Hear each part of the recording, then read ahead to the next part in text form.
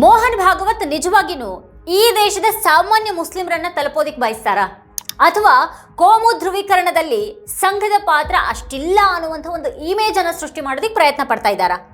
ಸಾಮಾನ್ಯ ಮುಸ್ಲಿಮರು ಎದುರಿಸ್ತಾ ಇರುವಂತಹ ಗುಂಪು ಹತ್ಯೆಗಳು, ದೌರ್ಜನ್ಯ, ದೈನಂದಿನ ದ್ವೇಷದ ಬಗ್ಗೆ ಮಾತನಾಡಿದಂಥ ಮುಸ್ಲಿಂ ನಾಯಕರನ್ನ ಮಾತ್ರನೇ ಅವರು ತಮ್ಮ ಭೇಟಿಗೆ ಆರಿಸ್ಕೊಳ್ತಾ ಇದ್ದಾರಾ? ಹಿಂದೂ ರಾಷ್ಟ್ರ ಸಿದ್ಧಾಂತಕ್ಕೆ ಜೋತ್ಕೊಂಡಿರುವಂತಹ ಸಂಘಟನೆಯ ಮುಖ್ಯಸ್ಥ ಕೋಮು ಸಾಮರಸ್ಯದ ಕಥೆ ಹೇಳ್ತಾ ಇರೋದು ಬೂಟಾಟಿಕೆ ಅಲ್ವಾ? ಸೈದ್ಧಾಂತಿಕ ನೆರಳಿನಲ್ಲಿ ಮುಸ್ಲಿಮರ ನೋವನ್ನು ಒಪ್ಪಲಾರದವರು ಫೋಟೋಗಳಲ್ಲಿ ಸೌಹಾರ್ದದ ನಾಟಕ ಆಡ್ತಾ ಇರೋದು RSSನ PR ಸ್ಟಂಟ್ ಅಲ್ವಾ? ನ್ಯಾಯ ಕೇಳ್ತಾ ಇರುವಂಥ ನಿಜವಾದ ಮುಸ್ಲಿಂ ಧ್ವನಿಗಳನ್ನ ಕಾನೂನು ಬಾಹಿರಗೊಳಿಸುವಂಥ ಮತ್ತೊಂದು ಪ್ರಯತ್ನ ಇದಾಗಿದೆಯಾ? ಬಲಿಪಶುಗಳಿಗೆ ನ್ಯಾಯ ಸಿಗದಿರುವಾಗ, ದ್ವೇಷ ಅಭಿಯಾನಗಳ ನಿಲ್ಲದೆ ಇರುವಾಗ, ನೀತಿಗಳಲ್ಲಿ ಯಾವುದೇ ಬದಲಾವಣೆ ಇಲ್ಲವಾದಾಗ ಇಂತಹ ಸಭೆಗಳು ಏನ್ ತರೋದಿಕ್ಕೆ ಸಾಧ್ಯ ಇದೆ? ಮೊನ್ನೆ ನಡೆದ ಮುಸ್ಲಿಂ ಧಾರ್ಮಿಕ ಮುಖಂಡರ ಜೊತೆಗಿನ ಭಾಗವತ್ ಅವರ ಸಭೆಯ ಬಳಿಕ ಎದ್ದಿರುವಂತಹ ಪ್ರಶ್ನೆಗಳಿವು. ಈ ಬಗ್ಗೆನೇ ಇವತ್ತಿನ ವಿಡಿಯೋದಲ್ಲಿ ನಾವು ಚರ್ಚೆ ಮಾಡೋಣ. ಆದರೆ ಅದಕ್ಕೂ ಮುನ್ನ ನೀವಿನ್ನೂ ನಮ್ಮ ವಾರ್ತಾಭಾರತಿ ಚಾನಲ್ ಅನ್ನು ಸಬ್ಸ್ಕ್ರೈಬ್ ಮಾಡಿಲ್ಲ ಅನ್ನೋದಾದ್ರೆ ಈ ಕೂಡಲೇ ಈ ವಿಡಿಯೋದ ಕೆಳಗೆ ಕಾಣ್ತಾ ಇರುವಂಥ ಸಬ್ಸ್ಕ್ರೈಬ್ ಬಟನ್ ಹಾಗೆ ಪಕ್ಕದಲ್ಲಿರುವಂಥ ಬೆಲ್ ಐಕಾನ್ ಪ್ರೆಸ್ ಮಾಡಿ ನಮ್ಮನ್ನು ಪ್ರೋತ್ಸಾಹಿಸಿ. ಈ ವಿಡಿಯೋವನ್ನು ಮಿಸ್ ಮಾಡದೆ ಕೊನೆವರೆಗೂ ನೋಡಿ. ಹಾಗೆ ಈ ಕುರಿತಾಗಿ ನಿಮ್ಗೇನು ಅಭಿಪ್ರಾಯಗಳಿದೆ ಅದನ್ನು ಈ ವಿಡಿಯೋದ ಕೆಳಗಡೆ ಕಮೆಂಟ್ ಮಾಡಿ ನಮಗೆ ತಿಳಿಸಿ. ಹಾಗೆ ಈ ವಿಡಿಯೋದ ಲಿಂಕನ್ನು ನಿಮ್ಮೆಲ್ಲ ಬಂಧು ಮಿತ್ರರಿಗೆ ವಾಟ್ಸ್ಆ್ಯಪ್ ಮಾಡಿ. ಈಗ ನಾವು ವಿಷಯಕ್ಕೆ ಬರೋಣ. ಇತ್ತೀಚೆಗೆ RSS ಮುಖ್ಯಸ್ಥ ಮೋಹನ್ ಭಾಗವತ್ ಮತ್ತೆ ಕೆಲವು ಮುಸ್ಲಿಂ ಧಾರ್ಮಿಕ ನಾಯಕರ ನಡುವೆ ದೆಹಲಿಯಲ್ಲಿ ಒಂದು ಸಭೆ ನಡೆಯಿತು. ಸುಮಾರು 50ಕ್ಕೂ ಹೆಚ್ಚು ಮುಸ್ಲಿಂ ಧಾರ್ಮಿಕ ಮುಖಂಡರು ಅಲ್ಲಿದ್ರು. ಸಂವಾದ ಅಂತ ಅದನ್ನು ಕರೆಯಲಾಗಿತ್ತು. ಅದು ಕೋಮು ಸಾಮರಸ್ಯದ ಉದ್ದೇಶದ್ದು ಅಂತ ಬಿಂಬಿಸಲಾಗಿತ್ತು. ಹಾಗಂತಾನೆ ವ್ಯಾಪಕವಾಗಿ ಪ್ರಚಾರ ಕೂಡ ಮಾಡಲಾಯಿತು. ಆದರೆ ಅದು ನಿಜವಾಗಿಯೂ ಹೌದಾ? ಅದ್ರ ವಾಸ್ತವ ಏನು? ದೇಶದಲ್ಲಿ ಮುಸ್ಲಿಮರ ನಂಬಿಕೆ, ಘನತೆ ಮತ್ತೆ ಸುರಕ್ಷತೆಗೆ ಸತತವಾಗಿ ಧಕ್ಕೆ ಆಗ್ತಾನೆ ಇದೆ. ಹೀಗಿರುವಾಗ ಹೆಸರು ಕೆಡಿಸ್ಕೊಂಡ ಅಥವಾ ವಿವಾದಿತ ಮುಸ್ಲಿಂ ನಾಯಕರನ್ನೇ ಎಚ್ಚರಿಕೆಯಿಂದ ಆರಿಸಿಕೊಂಡು ಭಾಗವತ್ ಸಭೆ ನಡೆಸ್ತಾರೆ. ಮತ್ತೆ ಆ ಸಭೆಗೆ ಇನ್ನಿಲ್ಲದ ಪ್ರಚಾರ ಮಡಿಲ ಮೀಡಿಯಾಗಳಲ್ಲಿ ಸಿಗುತ್ತೆ. ಸ್ಪಷ್ಟವಾಗಿ ಇದು ಯಾವುದೇ ಪ್ರಾಮಾಣಿಕ ಸಮನ್ವಯದ ಕಳಕಳಿ ಅಥವಾ ಬಯಕೆಯದಲ್ಲ. ಇದು RSSಗೆ ಅಂಟಿದಂಥ ಒಂದು ಕಳಂಕವನ್ನ ಕಮ್ಮಿ ಮಾಡಿಕೊಳ್ಳುವಂಥ ಒಂದು ದಿಕ್ಕಿನ ಕೇವಲ ಸಿನಿಕ ಕಸರತ್ತು. ದೇಶಾದ್ಯಂತ ಮುಸ್ಲಿಮರು ಹಿಂದೆಂದೂ ಇರದಷ್ಟು ಸಾಮಾಜಿಕ ಬಹಿಷ್ಕಾರ, ಆರ್ಥಿಕ ಬಹಿಷ್ಕಾರ ಮತ್ತೆ ಹಿಂಸೆಯನ್ನೇ ಎದುರಿಸ್ತಾ ಇರುವಂತಹ ಸಮಯದಲ್ಲಿ ಭಾಗವತ್ ಅವರ ಈ ಕಸರತ್ತು ನಡೀತಾ ಇದೆ. ಸಮುದಾಯದ ನಿಜವಾದ ಧ್ವನಿಗಳೊಂದಿಗೆ ತೊಡಗಿಸಿಕೊಳ್ಳುವಂತಹ ಮನಸ್ಸು ಅವರಿಗಿಲ್ಲ. ಬದಲಾಗಿ ಮುಸ್ಲಿಂ ಸಮುದಾಯದೊಳಗೆ ಸಂಪೂರ್ಣವಾಗಿ ತಿರಸ್ಕರಿಸಲ್ಪಟ್ಟ ವ್ಯಕ್ತಿಗಳನ್ನೇ ಇಂತಹ ಸಭೆಗಳಿಗೆ ಆಯ್ಕೆ ಮಾಡಿಕೊಳ್ಳಲಾಗುತ್ತೆ. ಇಲ್ಲಿ ಕೋಮು ಸಂಬಂಧಗಳನ್ನು ಸರಿಪಡಿಸುವಂಥ ಉದ್ದೇಶ ಇಲ್ಲ. ಬದಲಿಗೆ ಕೆಲವು ವ್ಯಕ್ತಿಗಳಿಂದ ಒಪ್ಪಿಗೆಯನ್ನು ಸಂಪಾದಿಸುವಂಥ ಒಂದು ರಾಜಕೀಯ ಕಾಣಿಸುತ್ತೆ ಇದರಲ್ಲಿ. ಲಕ್ಷಾಂತರ ಜನರ ಮೇಲೆ ದಬ್ಬಾಳಿಕೆ ನಡೆಸ್ತಾ ಇರುವಂಥ ವ್ಯವಸ್ಥೆಗೆ ನೈತಿಕ ಮುಸುಕಾಗಿ ಇದನ್ನು ಬಳಸೋದಕ್ಕೆ ಸಂಘದ ಹೊಸ ನಾಟಕದ ಹಾಗೆ ಇದು ಕಂಡು ಬರ್ತಾ ಇದೆ. ಮೊನ್ನೆ ನಡೆದಂಥ ಸಂವಾದವನ್ನು ಆಯೋಜಿಸಿದಂಥ ಉಮರ್ ಅಹಮದ್ ಇಲ್ಯಾಸಿಯ ವ್ಯಕ್ತಿತ್ವ ಏನು ಅನ್ನೋದನ್ನು ನೋಡಿದ್ರೆ ಇದೆಲ್ಲಾನು ತಿಳಿತಾ ಹೋಗುತ್ತೆ. ಸಮುದಾಯದ ಬಗೆಗಿನ ಕಾಳಜಿಗಿಂತ ಹಿಂದುತ್ವ ಸಂಘಟನೆಗಳ ನಿಲುವಿಗೆ ಹೆಚ್ಚು ಹೊಂದುವಂತಹ ವಿವಾದಾತ್ಮಕ ಹೇಳಿಕೆಗಳಿಂದಾನೇ ಇಲ್ಯಾಸಿ ಹೆಚ್ಚು ಸುದ್ದಿಯಲ್ಲಿರ್ತಾರೆ. ಅವರನ್ನ ಅನೇಕ ಮುಸ್ಲಿಂ ವಿದ್ವಾಂಸರು ಮತ್ತೆ ತಳಮಟ್ಟದ ಸಂಸ್ಥೆಗಳು ಸ್ವಾರ್ಥಪರ ಅಂತ ಬಹಳ ಹಿಂದಿನಿಂದಾನು ಅವರನ್ನ ಬದಿಗಿರಿಸಿರೋದನ್ನ ಗಮನಿಸಬೇಕು. ಅವ್ರ ಬೇಡಿಕೆಗಳಿಗೂ ಹಾಗೆ ಹಿಂದುತ್ವ ಸಂಘಟನೆಗಳ ಬೇಡಿಕೆಗಳಿಗೂ ವ್ಯತ್ಯಾಸನೇ ಇಲ್ಲ. ಇಲ್ಲಿ ಗೋಹತ್ಯೆಯನ್ನು ನಿಷೇಧ ಮಾಡಬೇಕು ಅಂತ ಹೇಳ್ತಾರೆ. ಸಾರ್ವಜನಿಕ ಸ್ಥಳಗಳಲ್ಲಿ ಮುಸ್ಲಿಮರು ಪ್ರಾರ್ಥನೆ ಸಲ್ಲಿಸೋದನ್ನ ಅವರು ಖಂಡಿಸ್ತಾರೆ. ಮುಸ್ಲಿಮರು ಹಿಂದೂ ದೇವತೆಗಳ ವಂಶಸ್ಥರು ಅನ್ನುವಂಥ ಒಂದು ವಾದವನ್ನ ಮುಂದಿಡ್ತಾರೆ. ಹಿಂದುತ್ವ ನಾಯಕರಂತೇನೆ ಮುಸ್ಲಿಮರಿಗೆ ದೇಶ ಪ್ರೇಮದ ಪಾಠ ಮಾಡ್ತಾರೆ. ಮುಸ್ಲಿಮರ ಮೇಲೆ ನಡೀತಾ ಇರುವಂಥ ದೌರ್ಜನ್ಯಗಳ ಬಗ್ಗೆ ಮಾತಾಡೋದೇ ಇಲ್ಲ ಅವರು. BJP ಸರ್ಕಾರಗಳ ಮುಸ್ಲಿಂ ದ್ವೇಷ ನೀತಿಗಳ ಬಗ್ಗೆ ಅವರು ಚಕಾರ ಎತ್ತೋದಿಲ್ಲ. ಅವರ ಇಂಥ ನಿಲುವೆಲ್ಲ ಈಗಾಗಲೇ ತೀಕ್ಷ್ಣ ಟೀಕೆಗೆ ಹಾಗೆ ಖಂಡನೆಗೆ ತುತ್ತಾಗಿವೆ. ಈ ದೇಶದಲ್ಲಿರುವಂಥ ಕೋಟಿಗಟ್ಟಲೆ ಮುಸ್ಲಿಮರ ಭಾವನೆಗಳಿಗೆ ಪೂರ್ತಿ ಭಿನ್ನವಾಗಿರುವಂಥ ಇಲ್ಯಾಸಿ RSS ನಿಲುವಿಗೆ ಹೊಂದುವಂತೆಯೇ ಮಾತಾಡ್ತಾ ಬಂದವರು. ಇಲ್ಯಾಸಿ 2017ರಲ್ಲಿ ದೇಶಾದ್ಯಂತ ಗೋಹತ್ಯೆಯನ್ನು ನಿಷೇಧ ಮಾಡಬೇಕು ಅಂತ ಇಂದೋರ್ನಲ್ಲಿ ಮಾತಾಡ್ತಾ ಹೇಳಿದ್ರು. ಹಸುವನ್ನ ರಾಷ್ಟ್ರೀಯ ಪ್ರಾಣಿ ಅಂತ ಘೋಷಣೆ ಮಾಡಬೇಕು ಅಂತ ಒತ್ತಾಯ ಮಾಡಿದ್ರು. 2022ರಲ್ಲಿ ಅವರು ಮಸೀದಿಯ ಧ್ವನಿವರ್ಧಕಗಳ ಮೇಲಿನ ನಿಷೇಧವನ್ನು ಬೆಂಬಲಿಸಿ ಮಾತಾಡಿದ್ರು. ಅದು ಹಲವಾರು ಮುಸ್ಲಿಂ ಧರ್ಮಗುರುಗಳು ಮತ್ತೆ ಸಂಘಟನೆಗಳ ನಿಲುವಿಗೆ ವಿರೋಧ ಆಗಿತ್ತು. ಅದೇ ಹೊತ್ತಿನಲ್ಲಿ ಅವರು ಕರ್ನಾಟಕದಲ್ಲಿನ ಹಿಜಾಬ್ ವಿವಾದವನ್ನ ವಿದೇಶಿ ಸಂಸ್ಥೆಗಳು ಮತ್ತೆ ಅಲ್ ಖೈದಾದಂತಹ ಭಯೋತ್ಪಾದಕ ಗುಂಪುಗಳ ಹಸ್ತಕ್ಷೇಪ ಅನ್ನುವಂತೆ ನೋಡಿದ್ರು. ಮಾರ್ಚ್ 2025ರಲ್ಲಿ ಈದ್ ಉಲ್ ಫಿತರ್ ಸಂದರ್ಭದಲ್ಲಿ ಅವರು ಸಾರ್ವಜನಿಕ ರಸ್ತೆಗಳಲ್ಲಿ ಪ್ರಾರ್ಥನೆಯನ್ನು ಸಲ್ಲಿಸದಂತೆ ಮುಸ್ಲಿಮರನ್ನ ಒತ್ತಾಯ ಮಾಡಿದ್ರು. ಜನವರಿ 2024ರಲ್ಲಿ ಅಯೋಧ್ಯೆಯಲ್ಲಿ ರಾಮ ಮಂದಿರ ಸಮಾರಂಭಕ್ಕೆ ಅವರು ಭೇಟಿ ನೀಡಿದ ನಂತರ ಮುಫ್ತಿಗಳು ಅವ್ರ ವಿರುದ್ಧ ಫತ್ವಾ ಹೊರಡಿಸಿ ಕ್ಷಮೆ ಯಾಚಿಸೋದಕ್ಕೆ ಕೇಳಿದ್ರು. ಆದ್ರೆ ಇಲ್ಯಾಸಿ ಭಾರತ ಇಸ್ಲಾಮಿಕ್ ರಾಷ್ಟ್ರ ಅಲ್ಲ, ಶರಿಯಾ ಕಾನೂನು ಇಲ್ಲಿ ಅನ್ವಯ ಆಗೋದಿಲ್ಲ ಅಂತ ಅವ್ರು ಹೇಳಿದ್ರು. ಇದಕ್ಕೂ ಮೊದಲೇ ಸೆಪ್ಟೆಂಬರ್ 2022ರಲ್ಲಿ ಮೋಹನ್ ಭಾಗವತ್ ಅವರನ್ನ ರಾಷ್ಟ್ರಪಿತ ಮತ್ತೆ ರಾಷ್ಟ್ರ ಋಷಿ ಅಂತ ಕರೆದಿದ್ರು ಇದೇ ಇಲಿಯಾಸಿ. ತಮ್ಮ ಈ ನಿಲುವನ್ನ ಸಹಿಸಿದವರು ಪಾಕಿಸ್ತಾನಕ್ಕೆ ಹೋಗಬೇಕು ಅಂತ ಇಲಿಯಾಸಿ ಬಹಿರಂಗವಾಗಿಯೇ ಹೇಳಿದ್ರು. ಇಲಿಯಾಸಿ ಅವರು ಅಖಿಲ ಭಾರತ ಇಮಾಮ್ ಸಂಘಟನೆ ಎನ್ನುವಂಥ ಒಂದು ಸಂಘಟನೆಯ ಸ್ವಯಂ ಘೋಷಿತ ಮುಖ್ಯ ಇಮಾಮ್ ಆಗಿದ್ದಾರೆ. ಆದರೆ ಈ ಸಂಘಟನೆ ಭಾರತದ ವೈವಿಧ್ಯಮಯ ಮತ್ತೆ ವಿಕೇಂದ್ರೀಕೃತ ಮುಸ್ಲಿಂ ಧಾರ್ಮಿಕ ನಾಯಕತ್ವವನ್ನು ಪ್ರತಿನಿಧಿಸೋದಿಲ್ಲ ಅನ್ನೋದು ವಿಮರ್ಶಕರ ಅಭಿಪ್ರಾಯ ಆಗಿದೆ. ದಿಯೋಬಂದ್ ಮತ್ತೆ ಬರೇಲ್ವಿ ಹಿನ್ನೆಲೆಯವರು ಸೇರಿದಂತೆ ಅನೇಕ ಪ್ರಮುಖ ಮುಸ್ಲಿಂ ಗುಂಪುಗಳು ಅವ್ರ ಹೇಳಿಕೆಗಳಿಂದ ದೂರ ಉಳಿದಿವೆ ಅಥವಾ ಅವ್ರ ಕಾರ್ಯಗಳ ಬಗ್ಗೆ ಮೌನವಾಗಿವೆ.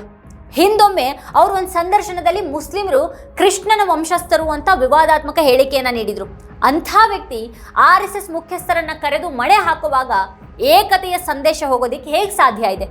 ಅದು ಖಂಡಿತವಾಗಿಯೂ ಏಕತೆಗಾಗಿ ಅಲ್ಲ, ಬದಲಾಗಿ ದ್ವೇಷ ರಾಜಕೀಯಕ್ಕೆ ಶರಣಾಗಿರುವಂಥ ಒಂದು ಸಂದೇಶವನ್ನು ಮುಟ್ಟಿಸುತ್ತೆ.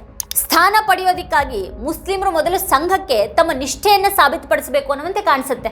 ಇಲಿಯಾಸಿ ಅಂತವರಿಗೆ ಈ ದೇಶದ ಸಂವಿಧಾನಕ್ಕಿಂತ RSS ಮತ್ತೆ ಭಾಗವತ್ ಮುಖ್ಯ ಆಗ್ತಾರೆ. ಅವರಿಗೆ ಈ ದೇಶದ ಸ್ವತಂತ್ರಕ್ಕಾಗಿ ಬಲಿದಾನವನ್ನು ಮಾಡಿರುವಂಥ ಮುಸ್ಲಿಮರಿಗೆ ದೇಶ ಪ್ರೇಮವನ್ನು ಕಲಿಸಬೇಕಾಗಿಲ್ಲ ಅನ್ನೋದು ಗೊತ್ತಿಲ್ಲ. ಇದೇ ಮೊದಲಲ್ಲ, ಈ ಹಿಂದೆಯೂ ಕೂಡ ಭಾಗವತ್ ಇಂಥದೇ ಕಸರತ್ತುಗಳನ್ನು ಮಾಡಿದ್ದಾರೆ. ಮುಸ್ಲಿಂ ಬುದ್ಧಿಜೀವಿಗಳು ಮತ್ತೆ ನಾಯಕರೊಂದಿಗಿನ ಅವರ ಇಂಥ ಸಭೆಗಳೆಲ್ಲಾನು ಬರೀ ಟೊಳ್ಳು ಬೋಗಸ್ ಅನ್ನೋದು ಬಯಲಾಗಿದೆ. ಆದರೆ ಪ್ರಚಾರ ಮಾಡುವಾಗ ಅವನ ಸಾಮರಸ್ಯದ ಹೆಗ್ಗುರುತು ಅನ್ನುವಂತೆ ಬಿಂಬಿಸಲಾಗುತ್ತೆ. ಇಂಥವೆಲ್ಲ ಎಷ್ಟೇ ವ್ಯವಸ್ಥಿತವಾಗಿ ನಡೆದರೂ ಕೂಡ ಈ ದೇಶದ ಮುಸ್ಲಿಮರ ಬದುಕಿನ ವಾಸ್ತವದಿಂದ ಅವು ಬಲು ದೂರ ಇವೆ ಅನ್ನೋದು ಮಾತ್ರ ಸತ್ಯ. ಇವ್ಯಾವತ್ತೂ ಕೂಡ ಅಲ್ಪಸಂಖ್ಯಾತ ಸಮುದಾಯಗಳ ಸುತ್ತಲಿನ ಭೀಕರತೆಯನ್ನು ಬಗೆಹರಿಸೋದಿಲ್ಲ, ಬದಲಾಗಿ RSS ಅನ್ನು ಶುಚಿಗೊಳಿಸಿ ತೋರಿಸುವಂಥ ಒಂದು ಉದ್ದೇಶದ ಬಹಳ ಎಚ್ಚರಿಕೆ ನಡೆಗಳಾಗಿವೆ. ಕೋಮು ಸಾಮರಸ್ಯದ ಹೇಳಿಕೆಗಳನ್ನು ನೀಡ್ತಾ ಭಾಗವತ್ ಕಾಣಿಸ್ಕೊಳ್ಳುವಂಥ ರೀತಿನೇ ಬೇರೆ. ಆದರೆ ಅವರು ಇಂಥ ಸಂವಾದಗಳು ಮುಸ್ಲಿಂ ವಿರೋಧಿ ಹಿಂಸಾಚಾರವನ್ನು ಖಂಡಿಸೋದಿಲ್ಲ. ಮುಸ್ಲಿಮರ ಕರಾಳ ಅನುಭವಗಳ ಬಗ್ಗೆ ಅವ್ರದ್ದು ಜಾಣ ಮೌನ. ನಿತ್ಯನೂ ಏನು ನಡೀತಾ ಇದೆ ಅನ್ನೋದನ್ನು ನಾವೆಲ್ಲ ನೋಡ್ತಾನೆ ಇದ್ದೀವಿ. ಮುಸ್ಲಿಮರನ್ನ ಹಾಡಾಗಲೇ ಒಂದು ಕ್ಷುಲ್ಲಕ ನೆಪವನ್ನು ಮುಂದೆ ಮಾಡಿ ಕೊಲ್ಲಲಾಗ್ತಾ ಇದೆ.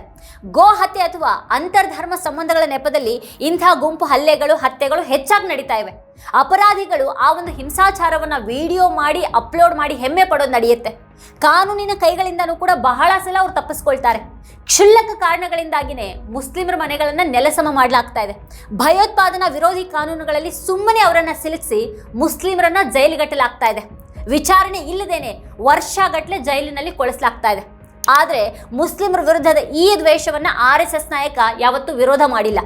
ಆದರೆ ಅತಿ ಎಚ್ಚರದಿಂದ ಕೆಲವು ಮುಸ್ಲಿಂ ಮುಖಂಡರನ್ನು ಆರಿಸಿಕೊಂಡು ಸಂವಾದದ ಪೋಸ್ ಕೊಡ್ತಾರೆ. ಅವ್ರು ಈ ರೀತಿ ಮಾಡ್ತಾನೆ ಸಾಮರಸ್ಯ ಬಯಸೋದಾಗಿ ಹೇಳ್ಕೊಳ್ತಾ ಇರೋದು ಅತ್ಯಂತ ಅಪಾಯಕಾರಿ ಮತ್ತು ಬೂಟಾಟಿಕೆಯಾಗಿದೆ. ಸಮುದಾಯನೇ ತಿರಸ್ಕರಿಸಿರುವಂಥ ಪ್ರತಿನಿಧಿಗಳೊಂದಿಗೆ ಕಾಣಿಸ್ಕೊಳ್ತಾ ತಮ್ಮೆದುರು ಮಣಿಯುವವರಿಗೆ ನ್ಯಾಯ ನೀಡುವಂಥ ಸರ್ವಾಧಿಕಾರಿ ನಿಲುವಿನ ಭಾಗದ ಹಾಗೆ ಇದು ಕಾಣಿಸುತ್ತೆ.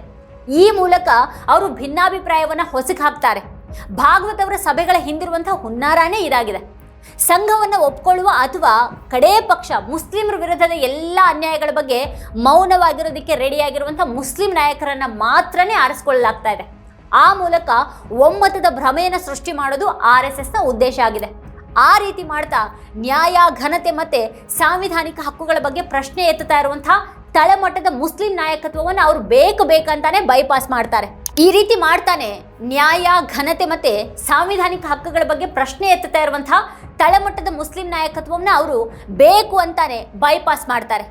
ಈ ರೀತಿನೇ ಕಪಟತನದಾಗಿದೆ ಮತ್ತು ಬಹಳ ಅಪಾಯಕಾರಿಯಾಗಿದೆ. ಇದು ನಿಜವಾದ ಸಂವಾದ ಪರಸ್ಪರ ಗುರುತಿಸಬೇಕೆ ಮತ್ತು ಗೌರವದಿಂದ ಬರಬೇಕು. ಆದರೆ ಭಾಗವತ ಮಾಡ್ತಾ ಇರೋದು ಪ್ರಾಮಾಣಿಕತೆ ಇಲ್ಲದ ಹಾಗೆ ಕಳಕಳಿಲ್ಲದ ಬರೀ ಪ್ರದರ್ಶನ ಅಷ್ಟೇ.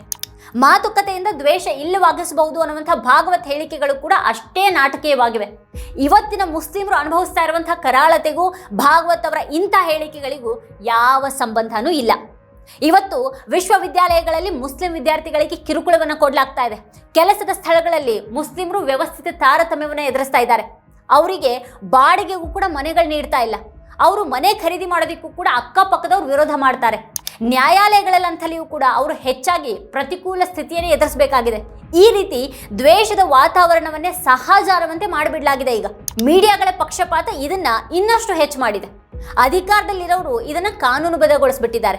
ಮುಸ್ಲಿಮರನ್ನ ಸಹ ನಾಗರಿಕರಾಗಿ ನೋಡ್ದೇನೆ ಹೊರಗಿನವರಾಗಿ ನೋಡೋದು ಈ ಸಮಾಜದಲ್ಲಿ ಈಗ ಸಾಮಾನ್ಯ ಅನ್ನುವಂತಾಗ್ಬಿಟ್ಟಿದೆ. ಹೀಗಿರುವಾಗ ಈ ಸಂವಾದದ ಹೆಸರಿನ ನಾಟಕಗಳು, ಫೋಟೋಗಳಲ್ಲಿನ ತೋರಿಕೆಯ ಪೋಸ್ಗಳು ಸಾಮರಸ್ಯ ತರೋದಕ್ಕೆ ಸಾಧ್ಯನೇ ಇಲ್ಲ. ಹಾಗಾದ್ರೆ ಇಂಥವುಗಳಿಂದ ಯಾರು ಲಾಭ ಪಡಿತಾರೆ? ಎಲ್ಲ ಲಾಭನೂ RSSಗೆ ಹೋಗುತ್ತೆ. ಧರ್ಮಾಂಧತೆಯ ಆರೋಪಗಳನ್ನು ಅಳಿಸಿ ಹಾಕೋದಿಕ್ಕೆ ಇವುಗಳನ್ನು ಬಳಸ್ಕೊಳ್ಳಲಾಗುತ್ತೆ. ಸಹಿಷ್ಣು ರಾಷ್ಟ್ರೀಯವಾದಿಗಳು ಅಂತ RSS ಮಂದಿ ತಮ್ಮನ್ನ ತಾವು ಬಿಂಬಿಸ್ಕೊಳ್ಳೋದಿಕ್ಕೆ ಇದು ಉಪಯೋಗಕ್ಕೆ ಬರುತ್ತೆ. ಇದರಿಂದ ಅವ್ರದೇ ಸರ್ಕಾರ ಸಹ ಪ್ರಯೋಜನವನ್ನು ಪಡೆಯುತ್ತೆ. ಅಂತಾರಾಷ್ಟ್ರೀಯ ಟೀಕೆಗಳ ವಿರುದ್ಧ ಕೂಡ ಗುರಾಣಿಯಂತೆ ಇದನ್ನ ಬಳಸ್ಕೊಳ್ಳೋದು ನಡೆಯುತ್ತೆ. ಆದರೆ ಭಾರತೀಯ ಮುಸ್ಲಿಮರಿಗೆ ಇದರಿಂದ ಯಾವುದೇ ಉಪಯೋಗ ಅಂತೂ ಇಲ್ಲ. ಇಂಥ ಸಭೆಗಳು ದ್ವೇಷಾಪರಾಧಗಳ ವಿರುದ್ಧ ಯಾವುದೇ ರಕ್ಷಣೆಯನ್ನು ನೀಡೋದಿಲ್ಲ. ಅವು ಶಿಕ್ಷಣ, ವಸತಿ ಅಥವಾ ಉದ್ಯೋಗಗಳ ವಿಷಯದಲ್ಲಿ ಯಾವುದೇ ಸುಧಾರಣೆಯನ್ನು ತರೋದಿಲ್ಲ. ನಿರ್ದಿಷ್ಟ ಸಮುದಾಯಗಳನ್ನು ಗುರಿಯಾಗಿಸ್ಕೊಂಡು ನೀತಿಗಳಲ್ಲಿನೇ ಅಡಗಿರುವಂಥ ಹಿಂಸೆಯನ್ನು ಅವು ಬಗೆಹರಿಸೋದಿಲ್ಲ. ನಿಜವಾದ ಕೋಮು ಸಾಮರಸ್ಯ ಭಾಷಣಗಳಿಂದ ಬರೋದಿಲ್ಲ. ಅದಕ್ಕೆ ಹೊಣೆಗಾರಿಕೆಯ ಅಗತ್ಯ ಇದೆ. ದ್ವೇಷಾಪರಾಧಗಳನ್ನು ಮಾಡೋರಿಗೆ ಶಿಕ್ಷೆ ಆಗೋದು ಮುಖ್ಯ ಆಗುತ್ತೆ. ಅಲ್ಪಸಂಖ್ಯಾತರ ಜೊತೆಗೆ ಸಂವಾದ ಅಂತ ಅಂದ್ಬಿಟ್ರೆ ಅದು ಸಾಕಾಗೋದಿಲ್ಲ. ಅವರನ್ನ ಘನತೆ, ಹಕ್ಕುಗಳು ಮತ್ತೆ ಅಧಿಕಾರ ಹೊಂದಿರುವಂತಹ ಸಮಾನ ನಾಗರಿಕರು ಅಂತ ಪರಿಗಣಿಸೋದು ಅಗತ್ಯ. ದ್ವೇಷವನ್ನು ಕೊನೆಗೊಳಿಸೋದ್ರ ಬಗ್ಗೆ ಭಾಗವತ್ ಗಂಭೀರವಾಗಿದ್ರೆ ಅವರು ಗೋ ರಕ್ಷಣೆ ಹೆಸರಿನಲ್ಲಿ ಕೊಲ್ಲೋರ ವಿರುದ್ಧ ಮಾತಾಡಬೇಕು, ಅವರನ್ನು ಖಂಡಿಸಬೇಕು. ಲವ್ ಜಿಹಾದ್ ಅಂತಹ ಪಿತೂರಿಗಳ ಮೂಲಕ ಮುಸ್ಲಿಂ ಯುವಕರನ್ನು ನಿಂದಿಸುವಂಥ ಅಭಿಯಾನಗಳನ್ನು ಅವರು ಖಂಡಿಸಬೇಕು. ಮನೆಗಳನ್ನು ಧ್ವಂಸ ಮಾಡೋದು, ಹಾಗೆ ವಿದ್ಯಾರ್ಥಿಗಳನ್ನು ದೇಶದ್ರೋಹಿಗಳನ್ನಂತೆ ಬಿಂಬಿಸೋದು, ಅಮಾಯಕರನ್ನು ಬಂಧಿಸೋದ್ರ ವಿರುದ್ಧ ಕ್ರಮಕ್ಕೆ ಭಾಗವತ್ ಅವರು ಒತ್ತಾಯ ಮಾಡಬೇಕು. ಇದೆಲ್ಲವನ್ನ ಅವ್ರು ಮಾಡಬಲ್ರ? ಭಾರತ ಮೂಲಭೂತವಾಗಿ ಹಿಂದೂ ರಾಷ್ಟ್ರ ಅಂತ ಹೇಳ ಹೊರಟಿರುವಂತಹ ಸಂಘಟನೆಯ ಮುಖ್ಯಸ್ಥರು ಇದನ್ನ ಮಾಡ್ತಾರ? ಅವರು ಆ ಸೈದ್ಧಾಂತಿಕ ತಳಹದಿಯನ್ನು ಪ್ರಶ್ನೆ ಮಾಡುವವರೆಗೆ ಯಾವುದೇ ಸಂವಾದವು ಏನನ್ನೂ ಸಾಧಿಸೋದಿಕ್ಕೆ ಸಾಧ್ಯನೇ ಇಲ್ಲ. ಈಗ ಬೇಕಾಗಿರೋದು ಸಮಾನತೆ, ನ್ಯಾಯ ಮತ್ತು ಸಾಂವಿಧಾನಿಕ ನೈತಿಕತೆಯಲ್ಲಿನ ಪ್ರಾಮಾಣಿಕ ಸಂವಾದಗಳು. ಬೋಧನೆಗಿಂತನೂ ಹೆಚ್ಚಾಗಿ ಆಲಿಸುವ ಹಾಗೆ ಒಗ್ಗಟ್ಟನ್ನು ಬಯಸುವಂತಹ ನಾಯಕತ್ವ ಈಗ ಬೇಕಾಗಿದೆ. ಆದರೆ ಈಗ RSS ಆಗಲಿ ಅಥವಾ ಭಾಗವತ್ ಆಗಲಿ ಮಾತಾಡ್ತಾ ಇರೋದು ಏನು? ವಿಶ್ವಾಸಾರ್ಹರಲ್ಲದ ವ್ಯಕ್ತಿಗಳ ಜೊತೆಗೆ ಪೋಸ್ ಕೊಡೋ ಮೂಲಕ ಸೌಹಾರ್ದ ಸಂವಾದದ ನಾಟಕ ಆಡ್ಲಾಗ್ತಾ ಇದೆ. ಶಾಂತಿಗಾಗಿ ಕರೆ ನೀಡ್ತಾ ನಿತ್ಯ ನಡೀತಾ ಇರುವಂಥ ಹಿಂಸಾಚಾರವನ್ನು ನಿರ್ಲಕ್ಷ್ಯ ಮಾಡಲಾಗ್ತಾ ಇದೆ. ಇದು RSS ಕಳಂಕಗಳನ್ನು ಮರೆಮಾಚುವಂಥ ಒಂದು ಮುಸುಕಾಗಿದೆ. ಇಂಥ ಸಭೆಗಳು ಕಟು ಸತ್ಯಗಳನ್ನು ಬದಲಾಯಿಸೋದಿಲ್ಲ, ಅವು ದ್ವೇಷವನ್ನು ನಿಲ್ಲಿಸೋದಿಲ್ಲ, ಅವು ವಿಶ್ವಾಸವನ್ನು ಮತ್ತೆ ಮೂಡಿಸೋದಿಲ್ಲ. ಹೇಗೆ RSS ನಾಯಕ ಭಾಗವತ್ ಈ ದೇಶದ ಸಮಸ್ತ ಹಿಂದೂಗಳ ಪ್ರತಿನಿಧಿ ಅಲ್ವೋ, ಅದೇ ರೀತಿ ಈ ಪೇಟಾಧಾರಿ, ಗಡ್ಡಧಾರಿ, ಸ್ವಯಂ ಘೋಷಿತ ಚೀಫ್ ಇಮಾಮ್ ಕೂಡ ಈ ದೇಶದ ಮುಸ್ಲಿಮರ ಪ್ರತಿನಿಧಿ ಅಲ್ಲ. ಹಾಗಾಗಿ ಇವರಿಬ್ಬರ ನಡುವಿನ ಸಂವಾದ ಸಭೆ ಒಂದು ಕಪಟ ನಾಟಕನೇ ಹೊರತು ಬೇರೆ ಏನೂ ಅಲ್ಲ. ಈ ವಿಷಯದ ಕುರಿತಾಗಿ ನಿಮಗೇನು ಅಭಿಪ್ರಾಯಗಳಿದೆ ಅದನ್ನು ಈ ವಿಡಿಯೋದ ಕೆಳಗಡೆ ಕಮೆಂಟ್ ಮಾಡಿ ನಮಗೆ ತಿಳಿಸಿ. ಇದೇ ಇವತ್ತಿನ ಸ್ಪೆಷಲ್. ನೋಡ್ತಾ ಇರಿ ವಾರ್ತಾಭಾರತಿ. ನೀವಿನ್ನೂ ವಾರ್ತಾಭಾರತಿ ಯೂಟ್ಯೂಬ್ ಚಾನಲನ್ನು ಸಬ್ಸ್ಕ್ರೈಬ್ ಮಾಡಿಲ್ಲ ಅನ್ನೋದಾದರೆ ಈ ಕೂಡಲೇ ಸಬ್ಸ್ಕ್ರೈಬ್ ಮಾಡಿ, ಹಾಗೆ ಪಕ್ಕದಲ್ಲಿರುವಂಥ ಬೆಲ್ ಐಕಾನ್ನ ಪ್ರೆಸ್ ಮಾಡಿ ನಮ್ಮನ್ನು ಬೆಂಬಲಿಸಿ.